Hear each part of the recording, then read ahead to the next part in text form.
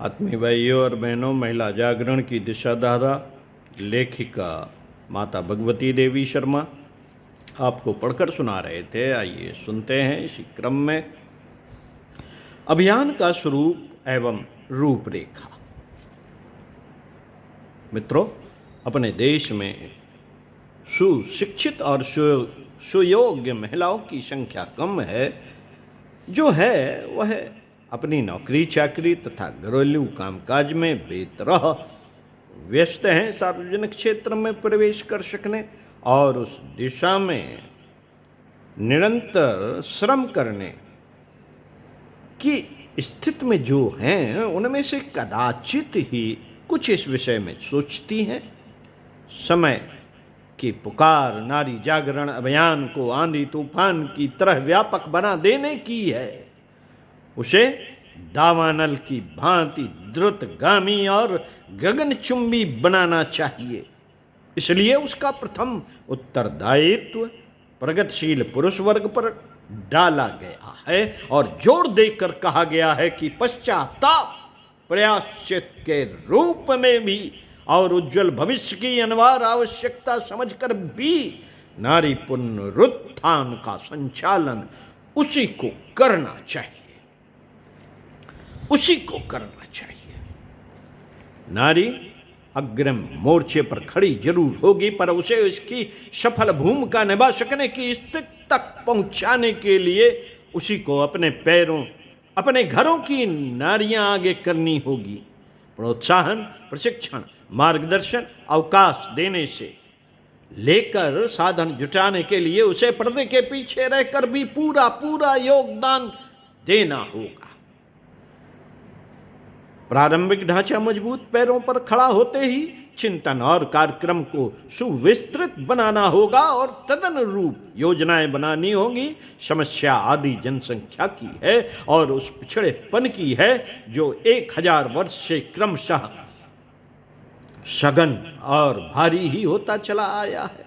टूटी हुई नारी को उठाना और नर को उपलब्ध निरंकुशता की पकड़ ढीली करने के लिए मनाना, यह दोहरी कठिनाई है। क्षेत्र की व्यापकता और कार्यों की गुणता को देखते हुए सहज ही यह अनुमान लगाया जा सकता है कि इसके लिए कितने अधिक प्रयत्न करने होंगे और कितने बड़े साधन जुटाने होंगे। मित्रों, नारी पुनरुत्थान का कार्य स्वतंत्रता आंदोलन जीतने से भी कहीं अधिक बड़ा काम है। जिन्होंने भारतीय स्वाधीनता का इतिहास पढ़ा है, उसे निकट से देखा है, वे जानते हैं कि उसमें कितनी जनशक्ति और सघन शक्ति झांकनी पड़ी थी। नारी पुनरुत्थान के लिए उससे बड़ा ही चक्रव्यूह रचना होगा और उससे अधिक ही साधन जुटाने का प्रयत्न करना होगा। इस संदर्भ में कुछ ध्यान रखने योग्य तथ्य इस प्रकार हैं। नंबर 1, जनसाधारण से मस्तिष्क में नारी पुनरुत्थान की आवश्यकता उपयोगिता बिठाने और उसे पददलित स्थिति में रखने की हानियां समझाने के लिए इतना बड़ा प्रचार तंत्र खड़ा करना पड़ेगा जो शिक्षित और अशिक्षित नर और नारी सभी को वस्तु स्थित समझा सके, परिवर्तन के लिए अनुकूलता उत्पन्न कर सके। इसके लिए लेखनी, वाणी एवं अन्य कला स्रोतों से जितने प्रकार के साधन संभव हो सकते हैं वे सभी जुटाए जाएं। निबंध, उपन्यास, कविताएं, पत्रिकाएं, पुस्तकाएं लिखने, छापने और घर घर पहुंचाने का व्यापक प्रबंध किया जाए। भाषण, गायन, अभिनय, नाटक, फिल्म आदि सभी श्रव्य और दृश्य उपायों को इस प्रयोजन के लिए प्रयुक्त किया जाए। 1000 वर्ष की रूढ़ी मान्यताएं जो अब एक प्रकार से मान्यता प्राप्त परंपराएं बन चुकी हैं, उन्हें बदलने की इच्छा उत्पन्न करने के लिए इतने व्यापक साधन होने चाहिए जो समूची मनुष्य जाति को झकझोर कर रख सके। नंबर 2, आज की अशिक्षित नारी को शिक्षित बनाने के लिए प्रौढ़ शिक्षा का इतना बड़ा संगठित प्रयास हो कि उसके प्रभाव क्षेत्र में समूचा राष्ट्र आ सके।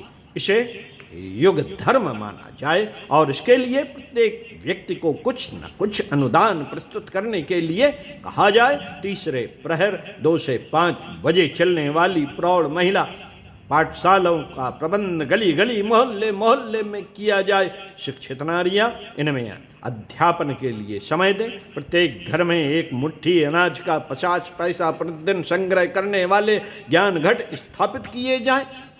उनसे महिला पाठशाला तथा चलते फिरते पुस्तकालय के आवश्यक साधन जुटाए जाएं। इन पाठशालाओं से मनुष्य जीवन की समस्त समस्याओं का समाधान प्रस्तुत करने वाला व्यक्ति, परिवार और समाज का पुनर्निर्माण करने वाला पाठ्यक्रम रहे।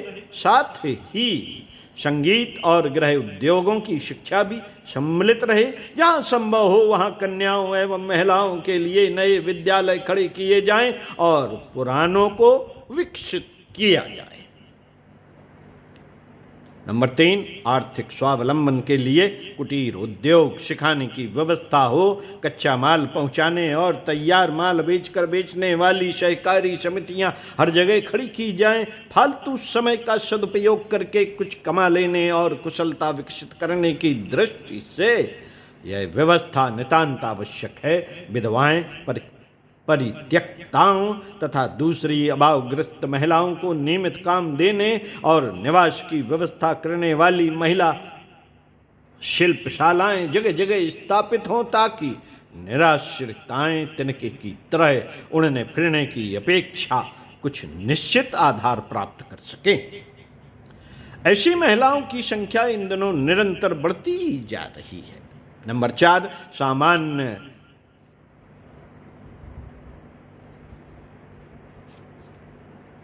घात्र विद्या। सामान्य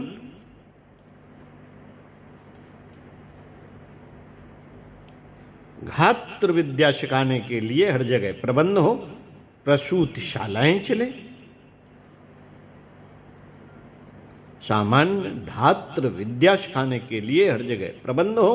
प्रसूतिशालाएं चलें। शिक्षित दाइयां प्रसव में सहायता देने के लिए उपलब्ध रहें। पिछड़े क्षेत्र में इस जानकारी के अभाव में हर साल लाखों मृत्यु होती हैं और अगणित महिलाएं इसी कुचक्र में जीवन भर के लिए भयंकर यौन रोगों से ग्रसित हो जाती हैं। इनका जीवन बचाने के लिए हर जगह प्रबंध हों।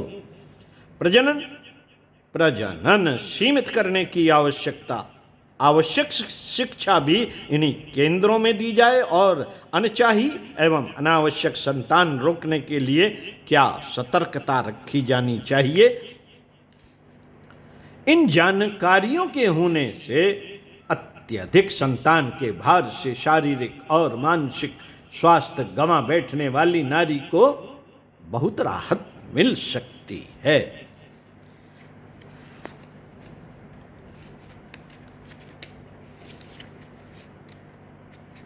नंबर 5, शिक्षा, आजीविका, चिकित्सा आदि के आवश्यक कार्यों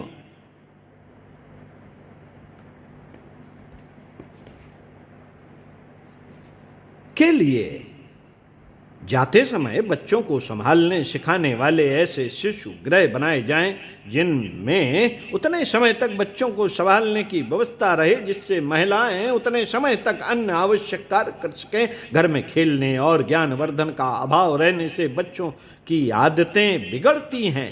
उनकी कमी भी इस शिशु गृहों में पूरी होती रह सकेंगी। उनकी आयु के हिसाब से अच्छी आदतें डालने, ज्ञान बढ़ाने और स्वास्थ्य संभालने का कार्य भी इन शिशु गृहों के माध्यम से होता रह सकेगा।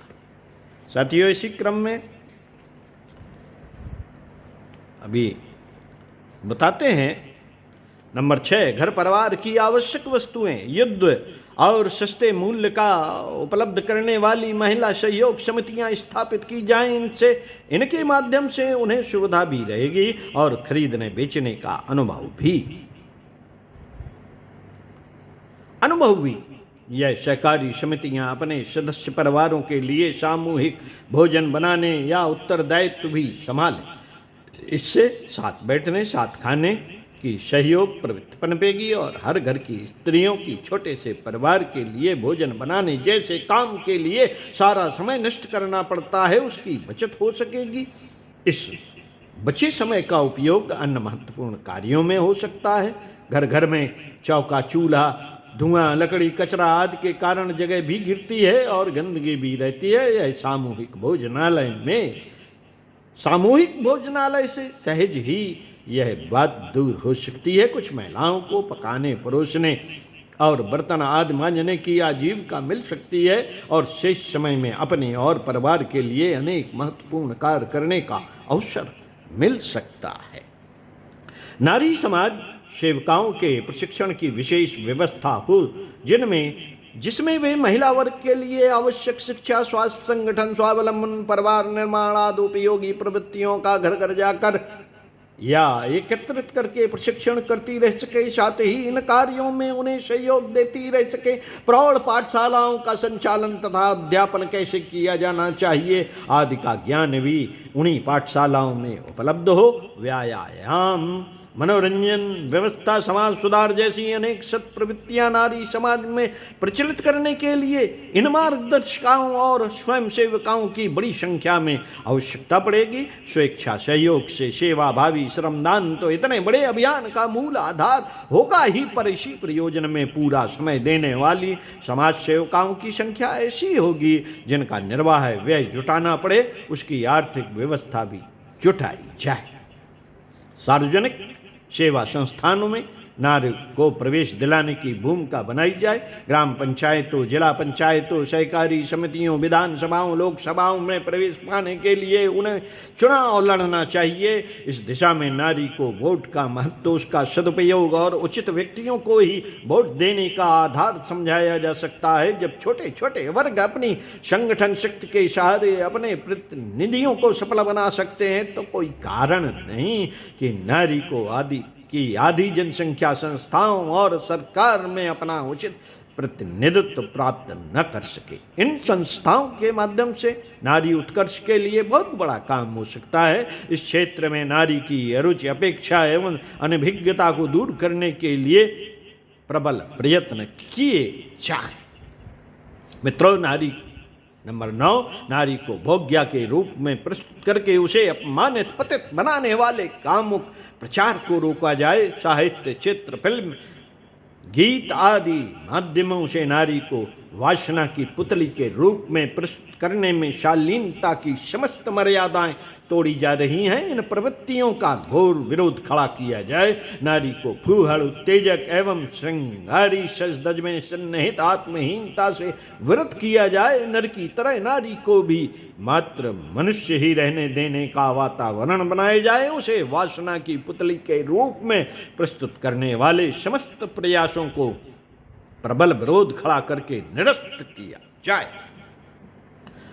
अश्लीलता तथा दूसरे प्रकार की दुखद परिस्थितियों में धकेलने वाली दहेज, बाल विवाह, अनमेल विवाह आदि कुरीतियों को रोकने के लिए स्वयं सेवक सेना खड़ी की जाए तो आवश्यकता अनुसार विरोध के सभी उचित उपायों का सहारा लेकर अनीत को जो रोक सके। नंबर 10, महिला जागरण अभियान को सुविस्तृत करके उसे राष्ट्रीय और अंतर्राष्ट्रीय विशाल संगठन के रूप तक पहुंचा दिया जाए। जिस प्रकार राष्ट्र संघ अनेक राजनैतिक, वैज्ञानिक, आर्थिक, सामाजिक आदि क्षेत्रों के लिए कुछ न कुछ सोचता करता रहता है, उसी प्रकार नारी जाति से संबंधित संसार भर की समस्याओं को समझाने के लिए ये संगठन बहुमुखी प्रयत्न को कानून में तथा सामाजिक प्रचलनों में जहां नारी के साथ अन्याय हो रहा हो उसे बदलवाने का प्रयत्न करे। उसके स्थानीय, क्षेत्रीय, प्रांतीय, राष्ट्रीय, अंतर्राष्ट्रीय सम्मेलन समय समय पर होते रहें, जिससे समस्त विश्व में नारी की संगठित चेतना का विकास संभव हो सके। हिंदू समाज के ही नहीं, भारत के ही नहीं, समस्त विश्व में जहां कहीं जिस भी स्तर की कठिनाइयां नारी के सामने हैं उनका सर्वे करना, तदनुरूप विभिन्न क्षेत्रों में विभिन्न स्तर के आंदोलन खड़े करना और प्रगति के साधन जुटाना इस विश्व संगठन का काम होगा। उसकी शाखा प्रशाखाएं समस्त संसार में फैली पड़ी होंगी और वे नारी एवं नर की समानता तथा सघन सहकारिता उत्पन्न करने के लिए सभी संभव उपाय कर रही होंगी। इन लक्ष्यों की पूर्ति के लिए विभिन्न स्तरों पर अगणित प्रयास करने होंगे। इस दिशा में हर व्यक्ति का हर जगह हर स्तर पर किया गया यत किंचित प्रयास भी अभिनंदनीय हो है, किंतु छिटपुट प्रयासों में इतना बड़ा कार्य नहीं हो सकता। कार्यक्रम में सूत्रबद्धता न होने से प्रयास करने वालों की दिशाएं बहिक जाती हैं तथा पुरुषार्थ का अपेक्षाकृत बहुत कम लाभ ही प्राप्त हो पाता है। नारी जीवन अपने आप में एक अगणित विशेषताओं से भरा ईश्वरीय वरदान है। इसका स्वरूप और उपयोग यदि जाना जा सके तो स्थित ऐसी आनंद युक्त और उत्साहवर्धक हो सकती है जिसकी कल्पना मात्र से शिहरण उत्पन्न हो। पति, परिवार और पीढ़ी के निर्माण में सुसंस्कृत नारी का जितना बड़ा योगदान हो सकता है वह आज सुखद कल्पना मात्र तक सीमित रहने वाला विषय बना हुआ है। उसे मूर्त रूप में प्रस्तुत कर सकने वाले साधन अभी बने ही कहाँ हैं। चलिए अगले विषय पर फिर पढ़कर सुनाएंगे संगठन प्रचार और प्रवृत्तियां। ओम शांति।